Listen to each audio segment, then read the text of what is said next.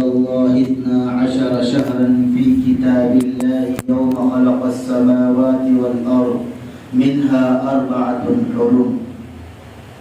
وقال تعالى في موضع آخر فلا تظلموا فيهن أنفسكم. وقال تعالى في موضع آخر إن الشرك لظلم عظيم. صدق الله العظيم وصدق رسوله النبي الكريم ونحن على ذلك لمن الشاهدين والشاكرين والحمد لله رب العالمين. محترم بھائیوں، بزرگوں، دوستوں، جیسے کہ یہ جو مہینہ چل رہا ہے ذی الحجہ کا مہینہ، جس کے آخری ایام میں اور آخری دنوں میں ہم چل رہے ہیں، اس مہینے میں ہم نے عید قربان ادا کی، اپنی قربانیوں کو ادا کیا. اللہ تبارک و تعالیٰ نے جسے استعداد دی، جسے مال دیا، جسے دولت دی، انہوں نے اللہ تبارک و تعالیٰ کے گھر کا دیدار کیا، طواف کیا، حج کیا، حضور پاک صلی اللہ علیہ وسلم کی روضہ اقدس کی حاضری انہیں نصیب ہوئی. یہ تمام امور، تمام کام اس مہینے میں ہم نے کیے. اب یہ مہینہ بالکل اختتام پر ہے اور آئندہ ہفتہ ہو سکتا ہے کہ اس مہینے کا اختتام ہو اور دوسرا مہینہ شروع ہو جائے. تو یہ ذی الحجہ کا مہینہ، اس سے پہلے جو مہینہ تھا وہ ذی القعدہ کا مہینہ، اس کے بعد آنے والا جو مہینہ ہے محرم الحرام کا مہینہ. یہ 3 لگاتار مہینے ہیں، ذی القعدہ، ذی الحجہ اور محرم الحرام. اور ایک مہینہ آتا ہے جسے رجب کہتے ہیں. ماشاءاللہ علماء سے زیادہ عوام جانتی ہے کیونکہ رجب کے کنڈے اس میں کرنے کے جو ہے ضرورت پیش آتی ہے. تو محرم الحرام بھی جانتے ہیں کیونکہ پنجے بٹانے کا معاملہ ہوتا ہے.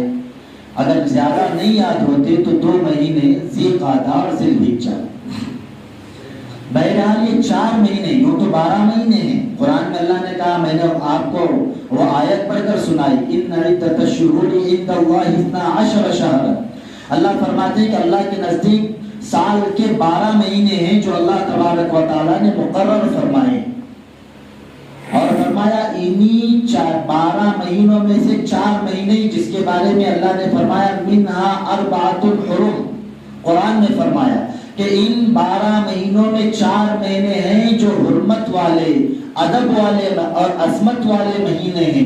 یوں تو ہر مہینہ ہر دن عظمت والا، لیکن اس میں کیٹیگری جو بنائی گئی اس میں سے فرمایا، اللہ فرماتے ہیں 4 مہینے ایسے ہیں جو حرمت والے مہینے ہیں، تعظیم والے مہینے ہیں، ادب و احترام والے مہینے ہیں.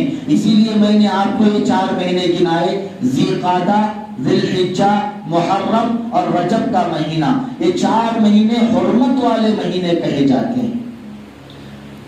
اصل میں ان 4 مہینوں کی فضیلت میں اس وقت بیان نہیں کر سکتا کیونکہ وقت بہت کم ہے اور میرا موضوع، میرا مضمون بڑا لمبا ہے. ایک جمعہ میں اور آدھے گھنٹے میں 35 منٹ میں ان تمام باتوں کو نہیں لا سکتا. بہرحال جو شروعات کی کچھ چیزیں وہ آپ کے سامنے آج کے اس بیان میں رکھنا چاہتا ہوں.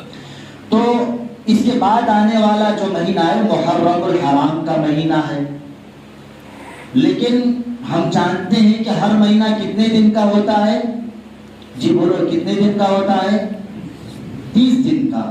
چاند کے حساب سے 29 دن کا، 29 یا 30 کا ہوتا ہے. انگریزی مہینوں میں 28 کا بھی ہو جاتا ہے اور 31 کا بھی ہوتا ہے. لیکن اسلامی مہینوں میں 28 کا مہینہ نہیں ہوتا اور 31 کا مہینہ نہیں ہوتا. ہوگا تو 29 کا ہوگا یا 30 کا ہوگا. 29 30 چاند کے حساب سے آتے رہیں گے. لیکن ماشاءاللہ محرم کا مہینہ یہ ایک مہینہ ایسا ہے کہ وہ 30 دن کے بجائے 10 دن کا ہو جاتا ہے. ہوتا یا نہیں ہوتا؟ جتنے بھی ہمارے کام ہم کرتے ہیں وہ 1 محرم سے 10 محرم تک، جیسے ہی 10 محرم کے پنجے اٹھے مہینہ پورا ختم. جبکہ قرآن کیا کہہ رہا ہے؟ محرم کا پورا مہینہ عظمت والا، محرم کا پورا مہینہ احترام والا، محرم کا پورا مہینہ ادب والا، لیکن ہم نے اسے کیا کیا؟ اور یہ سمجھنے کی بات ہے کہ جب محرم کا مہینہ آتا ہے ہم سمجھتے ہیں کہ محرم کے مہینے کو عظمت، یہ ادب، یہ احترام، یہ تمام چیزیں حضرت حسین رضی اللہ تعالیٰ عنہ کی شہادت کی وجہ سے عطا کی گئی، اور حضرت حسین رضی اللہ تعالیٰ عنہ کی شہادت کی وجہ سے اس مہینے کو عظمت ملی، ادب ملا، تعظیم ملی، احترام ملا، اور جو ہے واقعہ کربلا کے پیش آنے کی وجہ سے اس محرم کے مہینے کو منایا جاتا ہے اور اس کی عظمت کو جو ہے مسلم کیا گیا۔ لیکن حالانکہ حضرت حسین رضی اللہ تعالیٰ عنہ کے شہادت سے بہت پہلے قرآن پاک نازل ہوا۔ قرآن پاک میں اللہ تبارک و تعالیٰ نے محرم کی عظمت کو بیان فرمایا، بلکہ اللہ کے نبی صلی اللہ علیہ وسلم نے ارشاد فرمایا کہ اسلام کے آنے سے پہلے بھی محرم الحرام کی عظمت کو اللہ تبارک و تعالیٰ نے باقی رکھا تھا، اس کے ادب و احترام کو اللہ تبارک و تعالیٰ نے باقی رکھا تھا۔ اسی لیے سب سے پہلے زمانہ جاہلیت جب اللہ کے نبی صلی اللہ علیہ وسلم کو مبعوث نہیں کیا گیا، اللہ کے نبی کو رسول نہیں بنایا گیا، اللہ کے نبی پر قرآن پاک کو نازل نہیں کیا گیا، اس سے پہلے زمانہ جاہلیت ہم بارہ سنتے رہتے ہیں، بارہ بیانات کرتے رہتے ہیں، بارہ کتابوں میں پڑھتے رہتے ہیں کہ زمانہ جاہلیت کے کیسے حالات تھے اور کیسی ان کی لڑائیاں چلتی تھی۔ مثال کے طور پر ایک آدمی کے کھیت میں مرغی کا بچہ چلا گیا، بازو والے کھیت والے کے کا مرغی کا بچہ بازو کے کھیت میں چلا گیا۔ اب مرغی کا بچہ اگر جائے اور کھیت میں سے کھائے تو مرغی کا بچہ کتنا کھا سکتا ہے؟ لیکن کھیت کے مالک کو غصہ آ گیا کہ دوسرے کا مرغی کا بچہ میرے کھیت میں کیوں آیا اور میرے کھیت میں اگر میرے کھیت سے کیوں کھایا؟ اس نے کہا کہ پتھر اٹھایا اور اس مرغی کے بچے کو مار دیا، جس کی وجہ سے مرغی کا بچہ وہیں پر مر گیا۔ اب مرغی کے بچے کا مالک آیا، جب دیکھا کہ میرے مرغی کا بچہ مر گیا، کس نے مارا؟ کھیت والے نے مارا۔ وہ گیا اور ہتھیار لایا اور کھیت کے مالک کو مار دیا۔ کھیت کے مالک کے جتنے بھی رشتہ دار تھے انہوں نے کہا کہ ہمارے آدمی کو مارا گیا ہے، وہ بدلہ لینے کے لیے وہ آئے اور جس نے مارا تھا اس کو مار دیا۔ اسی طرح سے جو ہے لڑائی بڑھتی گئی۔ ایک مرغی کا بچہ جا کر دانا کھانا تھا، 40 برس جو ہے وہ لڑائی چلتی تھی۔ یہ تھی زمانہ جاہلیت، اتنی جہالت ان کے اندر تھی، لیکن اس کے باوجود بھی جب ذی القعدہ کا مہینہ آتا یا ذی الحجہ کا مہینہ آتا یا آنے والا محرم کا مہینہ آتا یا رجب کا مہینہ آتا تو تمام طرح کی لڑائیاں رک جاتی۔ خاندانی جھگڑے چلے ہوئے ہیں لیکن اس کے باوجود بھی وہ روک دیتے، نہیں صاحب کیا ہے، حرمت والا مہینہ، عظمت والا مہینہ، ادب والا مہینہ، اللہ نے فرمایا ان مہینوں میں جنگ نہیں ہوگی، ان مہینوں میں مارا ماری نہیں کرنا ہے، اگرچہ کہ کبھی نہیں کرنا ہے لیکن جنگ بھی ان مہینوں میں بند ہو جاتی تھی۔ ابھی اسلام نہیں آیا، قرآن نہیں آیا، نبی نہیں آئے، حضرات صحابہ کرام نہیں آئے، اللہ کے نبی کے احادیث مبارکہ نہیں آئے، اس سے پہلے بھی محرم الحرام کی عظمت تھی، لیکن ہمارے دلوں کے اندر ان باتوں کو بٹھایا گیا، ہمارے ذہنوں میں ان باتوں کو بٹھایا گیا کہ محرم الحرام کی عظمت اگر ہے، محرم الحرام کا احترام اگر ہے، محرم الحرام میں اگر کام کرنے ہیں تو کس وجہ سے؟ حضرت حسین رضی اللہ تعالیٰ عنہ کی شہادت کی وجہ سے، اس میں واقع کربلا پیش آیا، اس میں یزید نے یہ کیا اور یہ تمام چیزیں اس کے اندر پیش آئی۔ اور میں اگر کہوں تو غلط نہیں ہوگا، جتنے ہم محرم مناتے ہیں، جتنے ہم پنجے بٹاتے ہیں، جتنے ہم اوالے کھودتے ہیں اور انگار ڈالتے ہیں، محرم کا مین بھی ہمیں معلوم، محرم کا دین بھی معلوم نہیں، پنجے کہاں سے آئے یہ معلوم نہیں، کون سی حدیث میں اس کا تذکرہ ہے وہ معلوم نہیں، قرآن پاک کی کون سی آیت میں اس کا تذکرہ ہے وہ ہمیں معلوم نہیں، حوالے میں انگار کب ڈالنا یہ ہمیں معلوم نہیں۔ آپ ایک حدیث تو لا کر بتاؤ، پورے حلیال میں انشاءاللہ ہم شروع کریں، معلوم ہی نہیں ہے۔ وہی چال بے ڈھنگی جو کل تھی وہ آج بھی ہے، ہم کیا کر رہے ہیں ہمیں ہی پتا نہیں، ہم کس روش پر جا رہے ہیں ہمیں ہی پتا نہیں، ہمیں ہماری منزل کا ہمیں پتا نہیں ہے۔ بنگلور جانے والے کو پتا ہے کہ میری منزل بنگلور ہے، اگر اس کی نیند آنکھ لگ گئی، ٹرین میں بیٹھا ہے، بس میں بیٹھا ہے، آنکھ لگ گئی اگر آگے کے رام نگر میں یا میسور میں جا کر اترتا ہے حیران پریشان ہو جاتا ہے، میں اپنی منزل کو چھوڑ چکا ہوں، کیونکہ مجھے تو بنگلور میں اترنا تھا، میری منزل، میرا مقصود اصل تو بنگلور تھا۔ بنگلور جانے والا بمبئی کی بات ٹرین میں بیٹھ جائے اسے تھراٹ نہیں ہوتا، چین نہیں ہوتا، وہ بے چین ہو جاتا ہے۔ کیوں؟ اس لیے اسے جانا تھا بنگلور، لیکن وہ غلطی سے دوسرے جو ہے منزل کی طرف نکل چکا ہے۔ ہماری زندگی کا کیا کہ منزل ہماری کیا ہے؟ ہم اس سے جو بے خبر ہو کر جدھر چلے چلو ادھر کو ہوا ہو، جدھر کی ہوا جدھر آ رہی ادھر ہی جانے، دو لوگ بھاگ رہے تیسرا بھی ادھر بھاگے۔ اگر کہا جائے تو بکریوں جیسی ہماری زندگی ہو چکی ہے، ایک بکری سامنے کی جدھر جائے گی ادھر ہی سب جائیں گے۔ اگر ایک چھوٹا سا اگر کوئی سامنے آ گیا، نہیں کچھ بھی نہیں، ایک سامنے کی بکری کودی تو پیچھے کی بکری یہ نہیں سوچے گی کہ وہ غلطی سے کود گئی اس لیے میں بغیر کودے چلی جاؤں، وہ نہیں سوچتی، وہ یہ سوچتی ہے کہ پہلی بکری کودی ہے، شاید ہو سکتا ہے یا کچھ ہے، دوسری بکری بھی کودے گی، تیسری بکری بھی کودے گی، یہاں تک کہ وہ بکریوں کا پورا ریوڑ کودتا ہوا جو ہے وہ پاس ہو جائے۔ یہ بکریوں والی زندگی بن گئی۔ قرآن سے ہماری زندگی ہٹی، احادیث مبارکہ سے زندگی ہٹی، حضرات صحابہ کرام کی زندگیوں سے ہماری زندگی ہٹی، اور دشمنان اسلام نے ہمارے اندر اسے عبادت بنا کر، دین بنا کر، اور جو ہے محبت بنا کر، صحابہ کی محبت، حضرت حسین رضی اللہ تعالیٰ عنہ کی محبت، اور حضرت اہل بیت کی محبت کر کے بٹایا، اور اتنا بٹایا کہ ہم اسے عبادت سمجھنے لگے، ہم اسے ضروری سمجھنے لگے۔ اوالا کھودنا ضروری ہے صاحب کیونکہ عبادت ہے، آگ ڈالنا ضروری ہے صاحب کیونکہ عبادت ہے، پنجے مٹانا کیوں؟ حضرت حسین آتے ہیں، نعوذ باللہ من ذالک۔ ہمیں پتہ ہی نہیں کہاں سے آیا کیا، قرآن کی کون سی آیت سے اس کا ثبوت، حدیث مبارکہ سے کہاں سے اس کا ثبوت، جانے دیجئے، چھوڑ دیجئے۔ حضرات صحابہ میں سے کس نے محرم منایا؟ کسی کے پاس کوئی ثبوت۔ ایک بادشاہ اٹھتا ہے اور وہ کہتا ہے کہ محرم ہے، 10 محرم کو ہمیں کیا کرنا ہے؟ وہ اپنی طاقت کو دکھانے کے لیے، اپنی بادشاہ دکھانے کے لیے حکم جاری کرتا اپنے علاقے میں۔ اور یہ کب کی بات ہے؟ 352 سن ہجری کی بات ہے، یعنی اللہ کے نبی صلی اللہ علیہ وسلم کی ہجرت کے 350 سال بعد میں محرم شروع ہوا۔ بتائیے کتنے صحابہ تھے؟ کس کی عمر 300 سال ہوئی؟ کس صحابی کی ہوئی؟ آپ بتا کر دی گئی نا، 350 سال تک کون سے صحابی زندہ تھے؟ آپ بتائیے۔ تو پتا چلا کہ ایک بھی صحابی کے وقت میں محرم نہیں شروع، اس وقت میں اس نے اٹھا اور یہ حکم جاری کیا اپنے علاقے میں، پورے ایریے میں کہ کیا کرنا ہے، عورتیں بال کھلی رکھ کر اور رنگ برنگے کپڑے پہن کر اور واویلا کرتے ہوئے آنا ہے یا حسین کہتے ہوئے۔ یہ کھچڑا کہاں سے آیا، یہ حلیم کہاں سے آئی، بناؤ، پورے اناج ملا کر بناؤ، اور کہو کہ ہم حضرت حسین رضی اللہ تعالیٰ عنہ کی محبت میں کر رہے ہیں۔ جبکہ دشمنان اسلام کا اور حضرات صحابہ اکرام کے دشمنوں کا شیوا ہے۔ ہم اسے عبادت سمجھ کر رہے ہیں، ہم اسے دین سمجھ کر رہے ہیں، اور ہم سمجھ رہے ہیں کہ اس کے ذریعے سے ہم بہت کرتے ہیں، کچھ نہیں، خواہشات کی پیروی میں ہماری زندگی جا رہی ہے۔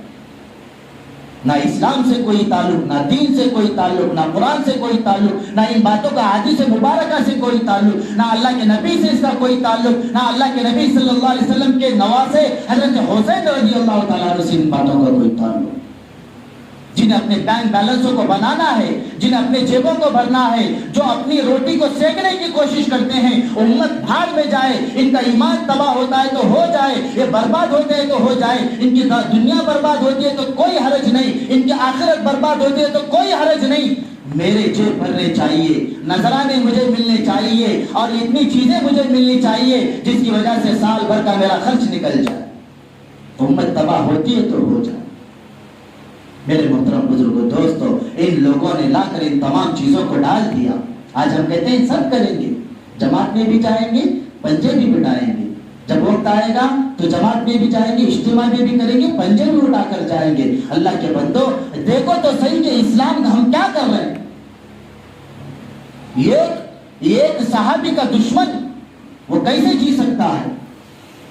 اسی لیے کسی شاعر نے کہا، اس کا مفہوم مجھے شعر یاد نہیں ہے، کہتے ہیں کہ مقام نبی تو مقام نبی ہے، اللہ کے نبی کا مقام بڑا اونچا مقام ہے، ہم صحابہ کی عصمت پر بھی اپنی جانیں لٹا دیں گے۔ صحابہ کی عصمت پر آگ آنچ آئے یہ ہو نہیں سکتا. بہت ضروری ہے ان تمام چیزوں سے بچنے کے لیے. ہم اپنے کام اور اپنے اعمال سے ہم تمام وہ چیزوں کو ڈال رہے ہیں اور یہ سمجھ رہے ہیں کہ اسے عبادت سمجھ کر، اسے دین سمجھ کر رہے ہیں. اور جو ہے 12 ربیع الاول کا مہینہ، اور حلیال کی بات آپ کو سناؤں بڑے افسوس کے ساتھ، ہم جو ہے بڑے بڑے علماء کو بلائیں تاکہ جو ہے ہم ہمارے نوجوانوں کے اور مسلمانوں کے سامنے اللہ کے نبی صلی اللہ علیہ وسلم کی سیرت آئے، اللہ کے نبی صلی اللہ علیہ وسلم کے احکامات آئے، اللہ کے نبی صلی اللہ علیہ وسلم کی زندگی آئے، تاکہ اس کے ذریعے سے ہم اللہ کے نبی کی سنتوں پر عمل کرنے والے بنے اور اللہ کے نبی کی سیرت کو اپنانے والے بنے. جو نبی کی سیرت کو اپنائے گا اللہ اسے دنیا میں بھی عزتیں عطا کرے گا، اللہ اسے دنیا میں بھی رفعتیں اور بلندیاں عطا کرے گا. اللہ تبارک و تعالیٰ قیامت میں بھی اللہ تبارک و تعالیٰ اسے جو ہے سرخرو کرے گا اور کامیابی اور کامرانی اس کا مقدر اور جو بن جائے گا. لیکن کیا کیے؟ دن بھر ناچتے رہے، ڈولنا لگا کو دن بھر ناچتے رہے. جب بیان کا وقت آیا، گنے چنے لوگ پہلی صف میں بیٹھے مولانا کا بیان سن رہے. اب ناچنا کتنا جائز ہے علماء سے پوچھ لو، اور سیرت کو سننا کتنا عبادت کا کام ہو وہ تو پوچھ لو. ہم نے کیا کیا؟ اپنی زندگیوں کے رخ کو اور روش کو ہم نے اپنے ہاتھوں سے ڈال دیا ہے تباہی اور بربادی کی طرف. اور سوچتے ہیں کہ ہماری مسجدوں میں ہمیں نماز پڑھنے کے لیے، ہمیں قربانی کے مسائل پیش آ رہے، ہمیں فلاں مسائل پیش آ رہے. کیوں آ رہے ہیں؟ اس لیے کہ جو ہم اعمال کر رہے ہیں اور جسے دین سمجھ کر رہے ہیں، عبادت سمجھ کر رہے ہیں، اگر کوئی گناہ سمجھ کر بھی اگر کر لے تو اس کے توبہ کی کوئی شکل تو نظر آتی ہے، تو کم سے کم کبھی بیٹھ کر سوچ تو سکتا ہے کہ واقعی میں نے گناہ کا کام کیا تھا، یا اللہ میری توبہ مجھے معاف کر دے. لیکن جو عبادت سمجھ کر کرے تو توبہ کیسے کر سکتا ہے؟ قرآن کہہ رہا ہے کہ توبہ کرو، توبہ کرو، توبہ کرو. قرآن کہہ رہا ہے فَلَا تَظْلِمُوا أَنفُسَكُمْ فِيهِنَّ، اپنے آپ کو ان مہینوں میں اپنے آپ کو ہلاکت میں نہ ڈالو. قرآن کہہ رہا ہے کہ اپنے آپ کو ہلاکت میں نہ ڈالو، اپنے اوپر جو ہے اس مہینے میں اپنے اوپر ظلم نہ کرو. ظلم کرنے کا مطلب میرے محترم بزرگوں دوستو، ظلم کرنے کا مطلب یہ ہے، اللہ خود کہہ رہا ہے. آپ اگر حضرت موسیٰ علیہ السلام کے واقعے کو آپ کے سامنے رکھو، حضرت موسیٰ علیہ السلام کو یہ طور پر چلے گئے اور یہاں پر جو ہے اپنے بھائی حضرت ہارون علیہ السلام کو جو ہے پیچھے اپنا پیشرو بنا کر گئے، اور یہاں پر کیا کیا؟ سامری نے بچڑا بنایا اور بچڑا بنا کر اور لوگوں سے کہا بنی اسرائیل سے کہ اس کی پوجا کرو، اس کی پوجا کرو، اس کی عبادت کرو. حضرت موسیٰ علیہ السلام جب واپس تشریف لائے دیکھتے ہیں کیا ہے کہ بچڑے کی قوم پوجا کر رہے. کہا کہ تم نے تو بڑا ظلم کیا، ان الشرک لظلم عظیم، تم نے تو بڑا شرک کیا ہے اور اپنے اوپر تم نے زبردست ظلم کیا ہے. کیا کیا؟ تم نے بچڑے کی پوجا کرنی شروع کی. کہا کہ ٹھیک ہے غلطی تو ہو گئی، وہ تو مان رہے ہیں، ہم پنجے اٹھا کر بھی نہیں مانتے، حوالے میں انگار ڈال کر بھی نہیں مانتے، اور حوالے میں انگار ڈال کر کیا کر رہے ہیں؟ خود کے پیر جلا رہے ہیں. جو پوری زندگی معلوم ہے اللہ معاف کرے اور میرے گمان کو غلط کرے، جو مسجد کا منہ بھی نہیں دیکھا، وہ جو ہے حوالے میں جو ہے کیا وہ مصلی بچھا کر 2 رکعت نماز پڑھ رہا ہے. اور کتنی دیر میں پڑھ رہا ہے؟ کتنے سیکنڈ میں؟ 10 سیکنڈ میں یا 15 سیکنڈ میں 2 رکعت نماز پوری. زیادہ پڑھا تو خالی پوانے کیا کیا کی چل جاتا ہے. معلوم ہے یہ کیا ہے؟ یہ دین کا مذاق نہیں ہے تو کیا ہے میرے محترم بزرگوں دوستو؟ یہ نماز کا مذاق نہیں ہے تو کیا ہے کہ 2 رکعت 15 سیکنڈ میں ختم کر رہا ہے. اور کیا دکھا رہا ہے؟ او اتنا بڑا ولی اللہ، کیا اللہ کے نبی کے جو ہے سنت چہرے پر ایک بال نہیں ہے، اور اسے جو ہے پیشاب کے اور پاخانے کے مسائل تک معلوم نہیں ہے، لیکن حوالے میں حضرت کیا کر رہے ہیں؟ جو ہے وہ مصلی بچھا کر نماز پڑھ رہے ہیں اور اپنی کرامت دکھا رہے ہیں. یہ کرامت نہیں دکھا رہا، یہ اللہ کے غصے کو دعوت دے رہا ہے. پھر کہتے ہیں ہمارے حالات درست نہیں ہوتے، پھر کہتے ہیں ہماری پریشانیاں ختم نہیں ہوتے. نہ بیوی میاں بیوی میں جم رہی ہے، نہ ماں بیٹے میں جم رہی ہے، نہ ماں بیٹی میں جم رہی ہے، نہ باپ بیٹے میں جم رہی ہے. کچھ نہیں ہو رہا، ستیہ ناش ہو چکا ہے. کیوں؟ اس لیے تم نے اللہ کے دین کا مذاق بنایا، تم نے رسول پاک صلی اللہ علیہ وسلم کی سنتوں کا مذاق بنایا، تم نے صحابہ کرام کی زندگیوں اور ان کی عفت اور عصمت کا مذاق بنایا. اللہ تعالیٰ تمہاری زندگیوں کو مذاق بنا کر رہے ہیں. کس سے شکوہ اور شکایت کرو گے؟ ظالم حکمرانوں سے. یہ تو بٹائے گا اللہ، کیونکہ ہمارے اعمال جیسے جائیں گے ویسے فیصلے آئیں گے، ویسے حکمران آئیں گے، ویسے حکومت کرنے والے ہم پر آئیں گے. احساس ختم ہو چکا ہے. جتنا بھی بولو وہی چال بے ڈنگی جو کل تھی، یہاں سے نکلیں گے وہی کرنا ہے، وہی حوالہ بنانا ہے، اسی میں جا کر ناچنا ہے۔ ارے اللہ کے بندو ذرا سوچو، حضرت مولانا ضیاء الرحمن فاروقی رحمت اللہ علیہ زبردست عالم دین تھے، ایک مرتبہ محرم الحرام کے بیان میں یہ فرمانے لگے کہ دیکھو شیعہ کالے کپڑے پہن کر آتے ہیں، اور کالا کپڑا جو ہے وہ جہنمیوں کا، اس لیے جو ہے کالے کپڑے سے منع کیا جاتا ہے، پہنے تو کوئی حرج نہیں ہے، لیکن خصوصاً محرم الحرام میں پہننے سے منع کیا جاتا ہے، کیونکہ شیعہ کا شیوا ہے، اور محرم مناتے ہیں شیعہ، ماتم کرتے ہیں شیعہ، پنجے اٹھاتے ہیں شیعہ، پنجے بٹاتے ہیں شیعہ، حوالے میں ناچتے ہیں شیعہ۔ مولانا ضیاء الرحمن فاروقی فرماتے ہیں جتنے شیعہ تھے یہی قاتلان حضرت حسین رضی اللہ تعالیٰ عنہ تھے۔ اس کی تاریخ اگر بتاؤں 10 گھنٹے بھی بس نہیں ہوں گے کہ کہاں سے تاریخ شروع ہوئی، کہاں سے حضرت حسین رضی اللہ تعالیٰ عنہ کو شہید کرنے کی سازش عبداللہ ابن سبا نے شروع کی، جو ایک یہودی تھا۔ کہا کہ انہوں نے شروع کیا تو یہ جو مارتے ہیں اپنی پیٹھ پھاڑ لیتے ہیں، اور یہاں تو نہیں پھاڑ لیتے، اتنا بولنے کے بعد میں تھوڑا کم کرتے ہیں، اللہ کرے کہ سب ختم ہو جائے، یہاں تو پیروں پر پنڈلیوں پر کیا مارتے ہیں، وہ بارکول کیا رہتی وہ ہاں بارکول مارتے ہیں۔ تو کہا کہ یہ کیا کر رہے ہیں، یہ وہ شیعہ پر اللہ کا عذاب ہے جو انہوں نے حضرت حسین رضی اللہ تعالیٰ عنہ کو شہید کیا تھا، اور وہ سازش کی تھی، یا وہ اللہ نے ان پر قیامت تک کا وہ عذاب ڈال دیا جس کی وجہ سے تمام چیزیں کرتی ہیں۔ فلا تظلموا فیہن انفسکم کہ جو ہے تم اپنے اوپر جو ہے ظلم نہ کرو اس مہینے میں۔ اس کا مطلب یہی ہے، اللہ کہتا ہے تم مارو نہیں۔ میں اسی پر یہ سنا رہا تھا سامری کا، کہ سامری نے وہ پورا ایک جانور بنایا اور کہا کہ اس کی پوجا کرو، کہا کہ غلطی ہو گئی۔ حضرت موسیٰ علیہ السلام نے جب سمجھایا کہ تم اس کی پوجا کر رہے ہو، یہ تو ظلم عظیم ہے، تم اپنے جانوں پر ظلم کر رہے ہو، تو بنی اسرائیل نے کہا کہ اب تو غلطی ہو گئی، اب کیا کرنا ہے، کہا کہ توبہ کرنا۔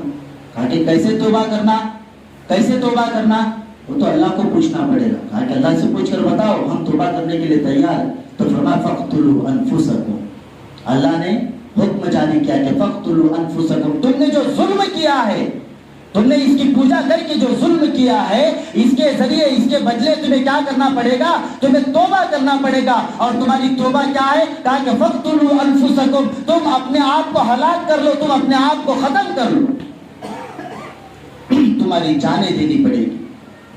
کہا کہ یہ اللہ کا حکم آیا کہ اگر تمہاری توبہ اس وقت قبول ہوگی جب تم اپنی جانیں دو گے۔ کہا کہ بنی اسرائیلوں نے اپنی جانیں دی، اللہ اسی لیے ایک بڑے عالم دین فرماتے ہیں، اللہ یہ حکم کس کے لیے آیا، یہودیوں کے لیے آیا کہ تم کیا کرو، اپنی جانوں پر ظلم کرو، اپنی جان کو ختم کرو۔ اللہ یہودیوں کو حکم دے رہا ہے کہ اپنی جان کو ختم کرو، اور اللہ مسلمانوں کو حکم دے رہا ہے کہ فلا تظلموا فیہن انفسکم، کہ تم اپنی جانوں پر ظلم نہ کرو۔ یا کہہ رہا ہے بارکول سے نکو مار لوں، اور یا کہہ رہا ہے کہ کیا کرنا، حوالے میں جا کر کود کر اپنے پیروں کو مت جلا لو۔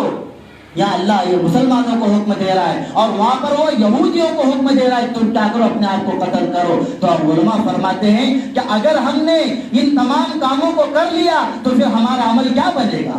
اللہ تو روک رہا ہے ان کاموں سے کہ یہ تمام چیزیں نہ کرو، یہ تمام چیزیں نہ کرو، یہ مسلمانوں کو حکم ہے، اور یہودیوں کو حکم ہے کہ اپنی جان کو ہلاک کر لو۔ اگر اپنی جان کو مسلمان بھی ہلاک کر رہا ہے تو نعوذ باللہ اللہ ہر مسلمان کی حفاظت فرمائے۔ وہ اپنے عمل سے کہنا چاہتا ہے نعوذ باللہ کہ اللہ آپ تو مجھے مسلمان رکھنا چاہتے ہیں، لیکن میں اپنے ایمان سے، میں اپنے عمل سے یہودی بننا چاہتا ہوں۔ اللہ سب کی حفاظت کرے۔ کیا کر رہے ہیں، کب تک سمجھ میں نہیں آئے گی بات، فلاں کرتے تھے، فلاں کرتے تھے، فلاں کرتے تھے۔ ارے اللہ کے نبی صلی اللہ علیہ وسلم جب دین لے کر آئے، خانہ کعبہ میں کھڑے ہو کر کہا، کفار مکہ مشرکین مکہ سے کہا کہ 360 بتوں کی عبادت کرنا چھوڑ دو، تو انہوں نے بھی یہی کہا تھا کہ ہمارے باپ دادا کو ہم نے ایسے ہی کرتے پایا۔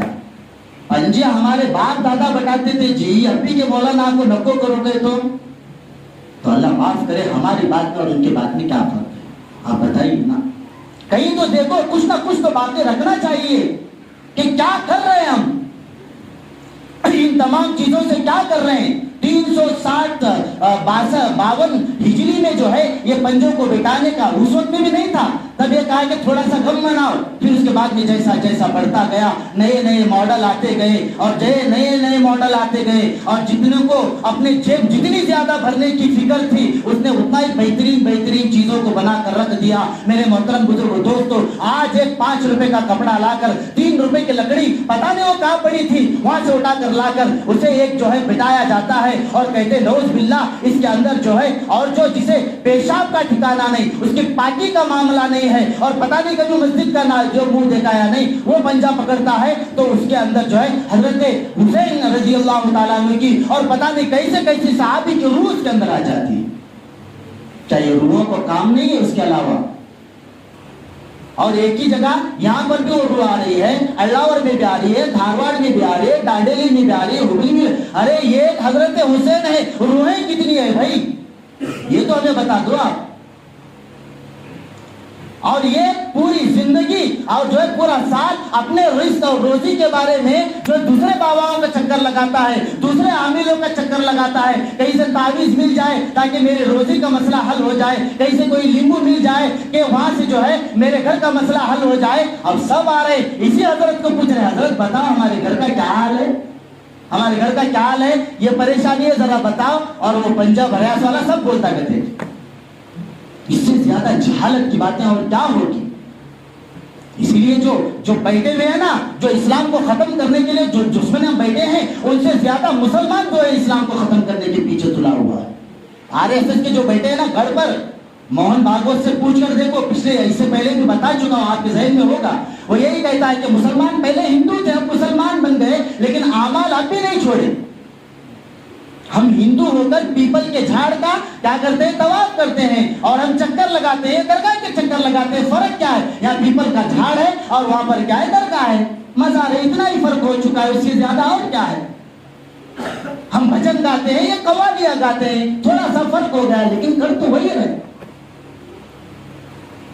وہاں پر بچڑا بنایا گیا تھا, ہم اپنے ہاتھوں سے یہاں پر پنجے بنا کر تمام چیزیں اس کے اندر رکھ کر اسی کو خدا نعوذ باللہ بنا کر بیٹھے ہوئے اور سمجھ رہے ہیں اسے دین سمجھ رہے ہیں, اسے اللہ کا حکم سمجھ رہے ہیں, رسول پاک صلی اللہ علیہ وسلم کا حکم سمجھ رہے ہیں. میرے محترم بزرگ دوستو, تب تک یہ کام کرتے رہیں گے ہمارا کبھی بھلا ہونے والا نہیں ہے, کیونکہ ہم نے دین کو مذاق بنا دیا اور اس کے ذریعے سے ہم اللہ کی نافرمانی کر رہے ہیں اور اللہ کے غصے کو دعوت دے رہے ہیں. اور اللہ کا غصہ اگر ہمارے سامنے آ جائے, ارے حضرت حسین رضی اللہ تعالی سیدہ شباب اہل الجنہ کہا, جو یہ دونوں حضرت حسن اور حضرت حسین رضی اللہ تعالیٰ عنہ دونوں جتنے جنت میں نوجوان ہوں گے سب کے سردار حضرت حسن اور حضرت حسین رضی اللہ تعالیٰ عنہ ہے. اور ہم نے ان کی زندگی کا مذاق بنا کر رکھ دیا اور سمجھ رہے ہیں ہم بہت اچھا کام کر رہے ہیں. اچھا کھچڑے کی تاریخ سن لو, کھچڑے کے بارے میں بھی آپ کو بتاؤں. کھچڑا کسے کہتے ہیں, سب لاکھ کو پکاتے نہیں کہ سب بیگن بھی ڈالو, آلو بھی ڈالو, تمام اناج ڈال کر اسے بنا کر اور پورے اس میں تقسیم کرنے کی کوشش کرتے ہیں اور سمجھتے ہیں کہ ہم نے بڑا محرم کر لیا. میرے محترم بزرگ دوستو, کھچڑے کی تاریخ جب حضرت حسین رضی اللہ تعالیٰ عنہ کو شہید کیا گیا تھا, اس وقت میں جو خوارج تھے جو حضرت حسین رضی اللہ تعالیٰ عنہ کو شہید کرنے والے اور حضرت حسین رضی اللہ تعالیٰ عنہ کے جو دشمن تھے, حضرت حسین رضی اللہ تعالیٰ عنہ کی شہادت پر خوشی مناتے ہوئے تمام اناجوں کو ملا کر انہوں نے کھچڑا بنا کر جو ہے وہ تقسیم کرتے تھے کہ ہے حضرت حسین دنیا سے چلے گئے, حضرت حسین کی جانے کی خوشی میں وہ کھچڑا بنا کر تقسیم کر رہے ہیں. اور آپ بھی اگر آج کھچڑا بنا کر تقسیم کرتے ہو تو تم حضرت حسین رضی اللہ تعالیٰ عنہ کے محبوب ہوئے اور ان سے محبت کرنے والے ہوئے یا دشمنی کرنے والے. آپ بتاؤ نا, ہم جانے انجانے میں کام کر رہے ہیں اور سمجھتے ہیں محبت کر رہے ہیں, جبکہ یہ کام حضرت حسین رضی اللہ تعالیٰ عنہ کی دشمنی میں. آخری بات بتا کر اپنی بات کو ختم کرتا ہوں کہ 10 محرم الحرام میں پنجے اٹھاتے ہیں اور جب پنجے تمام چیزیں ختم تو ہوتی ہے, حضرت حسین رضی اللہ تعالیٰ عنہ کی شہادت سے پہلے تمام چیزیں ختم ہو جاتی ہے اور ہمیں سمجھتے ہیں ماتم اس سے پہلے بند ہو جاتا ہے اور تمام چیزیں کرتے ہیں. شہداء کا ماتم نہیں ہے, شہداء کا ماتم نہیں ہے. قرآن کھلا کہتا ہے جو شہداء ہے, جو شہید ہے, وہ زندہ ہے اپنے قبروں میں. اللہ تعالیٰ نے خود فرمایا بل احیاء, فرمایا کہ جتنے بھی شہداء ہیں یہ اپنے قبروں میں زندے ہیں, اور جو قبروں میں زندہ ہیں ان کا ماتم کیسا. یہ تو پردہ ہو گیا، دنیا سے چلے گئے، لیکن اپنے قبروں میں زندہ. یہ ہمارا عقیدہ ہے، یہ ہمارا جیسا نماز پڑھنا ہمارا عقیدہ ہے، اللہ ایک ہے ہمارا عقیدہ ہے، نبی پاک آخری رسول ہے یہ ہمارا عقیدہ ہے. اسی طرح ہمارا یہ عقیدہ ہے کہ جتنے شہداء ہیں اللہ کے راستے میں، جتنے شہید ہوئے ہیں، سب وہ زندہ ہے. اسی لیے آپ ہلیال کے قبرستان میں آگ نہیں لگا سکتے. حالانکہ آپ میں سے مجھے بھی شاید پتا نہیں کہ کون اللہ کا ولی اس کے اندر ہوگا، لیکن یہ فتویٰ ہے اور یہ مسئلہ ہے کہ کسی بھی قبرستان میں اگر گھاس وغیرہ زیادہ ہوا ہے، کاٹنے میں تکلیف ہو رہی، کیا کرو، ادھر آگ لگا دو، ادھر 5 منٹ میں پورا قبرستان صاف ہو جائے گا. فرمایا حرام ہے، جائز نہیں ہے. تو کہا کہ کیوں صاحب، وجہ کیا ہے؟ وہ تو مردے ہیں. کہا کہ بل احیاء، پتہ نہیں کتنے اللہ کے ولی وہاں پر آرام کر رہے ہوں گے، وہ مرتے نہیں ہیں. یہاں تک کہ ان کا جسم بھی سڑتا اور گلتا نہیں ہے، یہاں تک کہ ان کا کفن بھی جو سفید رہتا ہے، ایسے کہ جیسے کہ ابھی دفنایا ہوگا. تو کہا کہ اگر آگ لگاؤ گے، اللہ نے تو قبر کی جو ہے جہنم کی آگ سے ان کو محفوظ کر دیا ہے، اور تم دنیا کی آگ لگا کر ان کو تکلیف دے رہے ہو. اس لیے قبرستان میں آگ لگانا حرام اور ناجائز. میرے محترم بزرگوں دوستو، اس لیے تمام چیزوں سے بچے. جو ہے ماتم کسی کا نہیں. اگر آپ ماتم کرنے پر آئیں تو 1 محرم سے لے کر جو ہے وہ یہ ذی الحجہ کی 30 تک یا 29 تک سال کے ہر دن ماتم کرنا پڑے گا، کیونکہ کوئی دن ہمارا ایسا خالی نہیں ہے جس میں دنیا کی اسلام کی بڑی شخصیت شہید نہ ہوئی ہو. حضرت عمر فاروق ہوں، حضرت ابوبکر صدیق ہوں، یا دوسرے صحابہ کرام ہوں، یا ان کے بعد آنے والے ہوں. دین کے لیے، اسلام کے لیے، دین کی حفاظت کے لیے، دین کی بقا کے لیے جتنا مسلمانوں نے قربانی دی ہے، کسی دوسری قوم نے اور دوسرے مذہب کے ماننے والوں نے نہیں دی. اگر آپ ماتم منانا چاہتے ہیں تو پھر صرف 10 محرم کا اور حضرت حسین رضی اللہ تعالیٰ عنہ کا کیوں، ہر صحابی کا مناؤ. ہر دین پر مٹنے والے اور ہر دین پر جو ہے اپنے آپ کو مٹانے والے اور خون بہانے والے کا، آپ کو شہید کا آپ کو ماتم بنانا پڑے گا. پھر نہ تو آپ کھا سکتے ہو، نہ پی سکتے ہو، نہ کام کر سکتے ہو. سال کے 12 مہینے آپ کو ہر روز ایک کا ماتم منانا پڑے گا. اس لیے فرمایا ماتم کسی کا نہیں ہے، وہ تو شہداء ہیں اور اللہ نے ان کا مرتبہ بلند کیا ہے. بہرحال ہمیں اتنی بات سمجھ میں آئے کہ جتنے یہ کام ہے، یہ خرافات ہے، یہ اللہ سے دشمنی مول لینا، یہ حضرات صحابہ سے دشمنی مول لینا ہے، اور حضرت نبی پاک صلی اللہ علیہ وسلم کی اس کے ذریعے سے ہم دشمنی ان سے مول لے رہے ہیں. اتنی بات سمجھ میں آئے گی، ہمارے محرم ختم ہو جائیں گے. کرنے کے کام ہے، عاشورہ کا روزہ ہے وہ رکھو نا. ابھی تو بہت سارے 2-3 جمعہ باتیں انشاءاللہ وہ باتیں بھی آپ کے سامنے آئے گی. بہرحال 1 محرم شروع ہو رہا ہے، ہم ہاتھ جوڑ کر کہتے ہیں ہمارا اس میں کوئی فائدہ نہیں ہے. محرم اگر ہوتا ہے تو کوئی آ کر ہمیں جو ہے 500 روپے کا ہدیہ کوئی نہیں دیتا، اور نہیں ہوتا تو بھی نہیں دیتا. ہمارا کوئی اس میں ذاتی مسئلہ اور ذاتی فائدہ نہیں ہے، بلکہ اللہ اور اللہ کے رسول صلی اللہ علیہ وسلم کے صحیح باتیں اور ان کے احکامات آپ تک پہنچانا یہ ہمارا کام ہے، یہ ہمارا فریضہ ہے. اللہ تبارک و تعالی ہم سب کو ان باتوں پر عمل کرنے کی توفیق عطا فرمائے. وآخر دعوانا الحمدللہ رب العالمین.